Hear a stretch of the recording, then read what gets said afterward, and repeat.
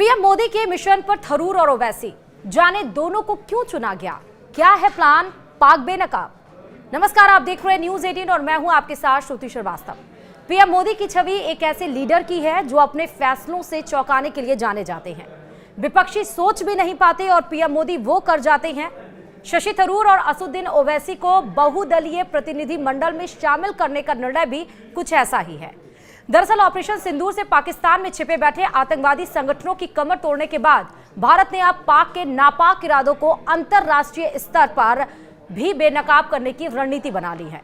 मोदी सरकार की इस रणनीति का हिस्सा सिर्फ भारतीय जनता पार्टी के सांसद ही नहीं बल्कि सभी दलों के सांसद शामिल हैं। ये सभी सांसद अलग अलग देशों में जाकर पाकिस्तान प्रायोजित आतंकवाद को बेनकाब करेंगे। पाकिस्तान के खिलाफ ऑपरेशन सिंदूर पर भारत के सांसद दुनिया को ब्रीफ करेंगे। केंद्र सरकार सभी दलों के चुनिंदा सांसदों को 22 या 23 मई से 10 दिनों के लिए विदेश दौरे पर भेज रही है। ये सांसद अमेरिका, यूके, दक्षिण अफ्रीका, कतर और यूएई जाएंगे। वहां की सरकार को आतंकवाद पर भारत का पक्ष बताएंगे। इस बहुदलीय प्रतिनिधि मंडल में कांग्रेस के शशि थरूर और एआईएमआईएम के असदुद्दीन ओवैसी भी शामिल हैं। इससे पहले शशि थरूर के ऑपरेशन सिंदूर पर दिए गए बयान से कांग्रेस पार्टी के कुछ नेता नाराज थे। उन्हें लगा कि थरूर ने लक्ष्मण रेखा पार कर दी है और इस मामले में जब शशि थरूर से सवाल किया गया तो उन्होंने कहा कि एक भारतीय होने के नाते उन्होंने अपनी बात देश और दुनिया के सामने रखी है। तो वही न्यूज एजेंसी पीटीआई के मुताबिक सरकार के विपक्षी सांसदों सहित कई राजनीतिक दलों के सांसदों से संपर्क किया गया। उनसे राजनयिक मिशन में भाग लेने की मांग की गई। कई दलों ने पहले ही इस पहल के लिए अपने प्रतिनिधियों को भेजने की मंजूरी दे दी है। रिपोर्ट में यह कहा गया कि प्रतिनिधि मंडल में कितने लोग शामिल होंगे इस बारे में अभी तक कोई जानकारी सामने नहीं आई। फिर भी कुछ नेताओं ने अनुमान जताया कि 30 से अधिक सांसद इसमें शामिल हो सकते हैं।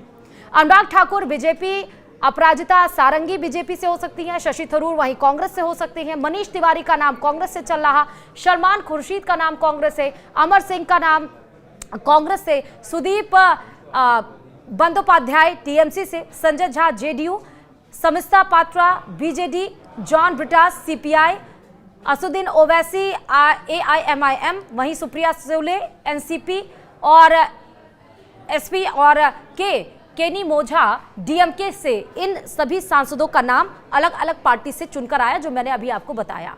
तो प्रतिनिधि मंडल की 10 दिन की अवधि में कई देशों का ये दौरा करेंगे। सांसदों को सरकार की ओर से तय किए गए विभिन्न क्षेत्रीय ब्लॉकों में नियुक्त किया जाएगा।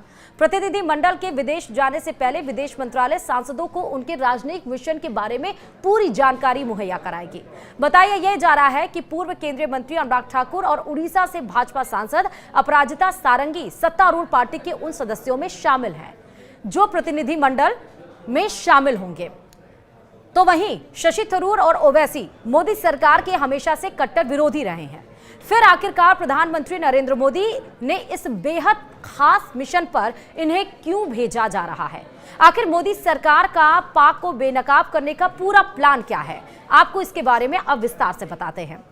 दरअसल पीएम मोदी ने शशि थरूर को ही क्यों चुना और अब शशि थरूर ने प्रतिनिधि मंडल में चुने जाने के लिए धन्यवाद दिया है और इसको लेकर अब कांग्रेस में एक तरह से संग्राम छिड़ गया, क्योंकि कांग्रेस कह रही है कि टीम इंडिया से अब शशि थरूर का नाम गायब है, क्योंकि कांग्रेस की तरफ से जो लिस्ट पेश की गई थी उसमें तो शशि थरूर का नाम था ही नहीं। इसको लेकर अब विवाद खड़ा हो गया है, वो आपको हम बताएंगे, लेकिन इसके पहले हम आपको बताते हैं कि पीएम मोदी ने आखिरकार थरूर को क्यों चुना। पीएम मोदी की छवि एक ऐसे लीडर की है जो अपने फैसलों से चौंकाने के लिए जाते हैं। विपक्ष सोच भी नहीं पाते और पीएम मोदी वो कर जाते हैं। शशि थरूर को बहुदलीय प्रतिनिधि मंडल में शामिल करने का निर्णय भी कुछ ऐसा ही है, लेकिन शशि थरूर को करीब से जानने वाले जानते हैं कि उन्हें चुन पीएम मोदी ने कितना बड़ा दांव खेला है। संयुक्त राष्ट्र में काम करने का लंबा अनुभव रखने वाले शशि थरूर कूटनीति के बड़े जानकार हैं। ऐसे में पाकिस्तान को अंतर्राष्ट्रीय स्तर पर बेनकाब करने में वह अहम रोल निभा सकते हैं। तो वहीं संयुक्त राष्ट्र का अनुभव भी शशि थरूर को है। जी हाँ, शशि थरूर को संयुक्त राष्ट्र में काम करने का काफी लंबा अनुभव रहा है। 1978 में यूएनएचसीआर यानी कि संयुक्त राष्ट्र शरणार्थी उच्चायुक्त में अपना करियर शुरू करने वाले थरूर 1981 से 1984 तक सिंगापुर में यूएनएचसीआर कार्यालय के प्रमुख रहे हैं।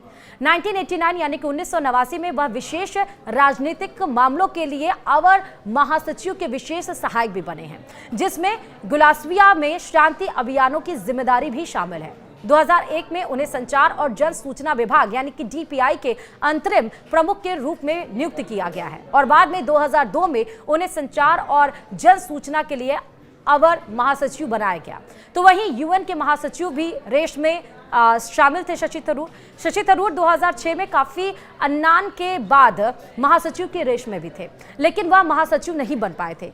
थरूर 2006 में महासचिव की रेस में दूसरे स्थान पर रहे थे। कूटनीति के जानकार भी माने जाते हैं। शशि थरूर कूटनीति के अच्छे जानकार हैं। वह जानते हैं कि किस देश की क्या फितरत है और उसे कैसे जवाब देना है। यही वजह है कि जब अमेरिकी राष्ट्रपति डोनाल्ड ट्रंप के भारत और पाकिस्तान के बीच सीज़फायर की घोषणा करने से पहले ही वाहवाही लूटते हुए उन्होंने सोशल मीडिया पर पोस्ट किया तो शशि थरूर ने पीएम मोदी की चुप्पी का समर्थन किया था। थरूर ने पीएम मोदी की चुप्पी को कूटनीति का हिस्सा बताया था। इससे पहले वह रूस यूक्रेन युद्ध के मुद्दे पर मोदी सरकार की कूटनीति की तारीफ कर चुके हैं।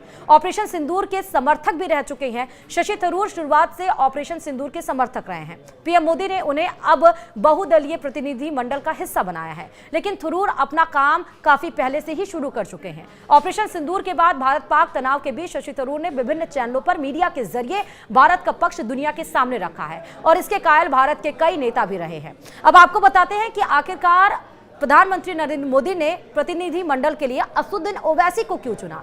दरअसल मैं भारतीय सेनाओं की तरफ से पाकिस्तान में आतंकवादी ठिकानों पर किए गए हमलों का स्वागत करता हूं, ये बड़ी बात कही थी असदुद्दीन ओवैसी ने। पाकिस्तानी को ऐसी सख्त सीख देनी जानी चाहिए कि फिर कभी दूसरा पहलगाम ना हो। पाकिस्तान के आतंकी स्ट्रक्चर को पूरी तरह नष्ट कर देना चाहिए। ऑपरेशन सिंदूर के AIMIM ने असदुद्दीन ओवैसी की पूरी छवि बदल दी गई। इस दौरान उनकी एक देशभक्ति की जो छवि सामने आई, जिसकी तारीफ, जिसकी मुरीद भाजपा नेता भी जमकर हो रहे हैं और जिसकी मुरीद सब लोग हुए। शायद ही ऑपरेशन सिंदूर से पहले किसी को उम्मीद थी कि ओवैसी पाकिस्तान को इतनी खरी खोटी सुना सकते हैं। ऐसे में पीएम मोदी ने ओवैसी को बहुदलीय प्रतिनिधि मंडल का हिस्सा बनाकर कोई हैरान नहीं किया है। ऑपरेशन सिंदूर को लेकर हमेशा से मुखर रहे हैं असदुद्दीन ओवैसी। भारत सरकार के ऑपरेशन सिंदूर के शुरुआत से ही समर्थक रहे। कई टीवी चैनल्स पर उन्होंने मोदी सरकार के इस कदम का समर्थन किया और पाकिस्तान को खरी खोटी सुनाई। कई मौके पर तो वह पाकिस्तानी प्रवक्ताओं से भिड़ते हुए नजर आए। ओवैसी ने कहा कि पाकिस्तान को उसके किए की सख्त से सख्त सजा दी जानी चाहिए। एक न्यूज चैनल को इंटरव्यू देने के दौरान उन्होंने कहा कि एक देश उनके लिए सबसे पहले आता है। उनके दिल में जो होता है वो वही कहते हैं। लोगों को कई बार अच्छी लगती है तो कई बार बुरी भी, लेकिन मुझे करीब से जानने वाले मेरे हिंदू दोस्त जानते हैं कि मैं कैसा हूं। तो वहीं मुस्लिम देशों को साथ भी सकते हैं असदुद्दीन ओवैसी। जी हां, बहुदलीय प्रतिनिधि मंडल में कौन सा दल किस देश में जाएगा यह जानकारी तो अभी सामने नहीं आई है, लेकिन ऐसा माना जा रहा है कि मुस्लिम चेहरा होने के नाते ओवैसी को मुस्लिम देशों को साधने में लगाया जा सकता है। दरअसल अंतर्राष्ट्रीय स्तर पर ओवैसी की छवि एक पक्के मुसलमान की है। ऐसे में जब वह मुस्लिम देशों के सामने भारत का पक्ष रखेंगे तो उनकी बात में एक अलग ही वजन होगा। लंदन से लॉ वकील भी रहे हैं और तार्किक भी हैं, यानी ओवैसी एक राजनेता होने के साथ साथ काबिल वकील भी हैं जो अपनी बात को तर्क के साथ रखते हैं। आमतौर पर उनकी बात को काटना बेहद मुश्किल होता है। ये खूबी उन्हें दूसरों से जुदा और हटाती है। ऐसे में वह भारत का पक्ष दूसरे देशों के सामने बेहद मजबूती से रख सकते हैं। अब बताते चलें कि ये पहली बार नहीं है जब पूरा देश एक साथ एक मुद्दे पर आया है। इसके पहले भी 1994 की तरह पार्टियां एकजुट, यह पहला मौका नहीं है कि जब सभी भारतीय राजनीतिक दल आपसी राजनीतिक मतभेदों को दरकिनार कर एकजुट होकर अंतर्राष्ट्रीय स्तर पर अपनी बात रखने जा रही हैं। इससे पहले 1994 में तत्कालीन प्रधानमंत्री PV नरसिम्हा राव ने राजनीतिक मतभेदों से ऊपर उठते हुए भाजपा नेता अटल बिहारी वाजपेयी को जिनेवा में संयुक्त राष्ट्र मानवाधिकार आयोग में भारत का नेतृत्व करने के लिए चुना था। अटल बिहारी वाजपेयी के वहां पहुंचने पर पाकिस्तान भी हैरान था। उस डेलीगेशन में जम्मू कश्मीर के पूर्व मुख्यमंत्री फारूक अब्दुल्ला और सलमान खुर्शीद जैसे नेता भी शामिल थे। तब पाकिस्तान जम्मू कश्मीर में कथित मानवाधिकार उल्लंघन के संबंध में UNHRC के सामने एक प्रस्ताव पेश करने की तैयारी में था। हालांकि भारतीय डेलीगेशन ने पाकिस्तान के आरोपों का जवाब दिया और नतीजन पाकिस्तान को अपना प्रस्ताव वापस लेना पड़ा। उस समय UN में भारत के राजदूत हामिद अंसारी ने भी प्रधानमंत्री राव की रणनीतिक फैसले कराने में महत्वपूर्ण भूमिका निभाई थी। तो वहीं 1994 के बाद 2008 में भी ऐसी छवि देखने को मिली जब मुंबई हमलों के बाद मनमोहन सरकार ने डेलीगेशन विदेश भेजा था। 2008 में मुंबई हमलों के बाद तत्कालीन प्रधानमंत्री मनमोहन सिंह ने भी आतंकवादी हमलों में पाकिस्तानी लिंक होने से जुड़े दस्तावेजों के साथ विभिन्न राजनीतिक दलों के डेलीगेशन को विदेश भेजने का फैसला किया था।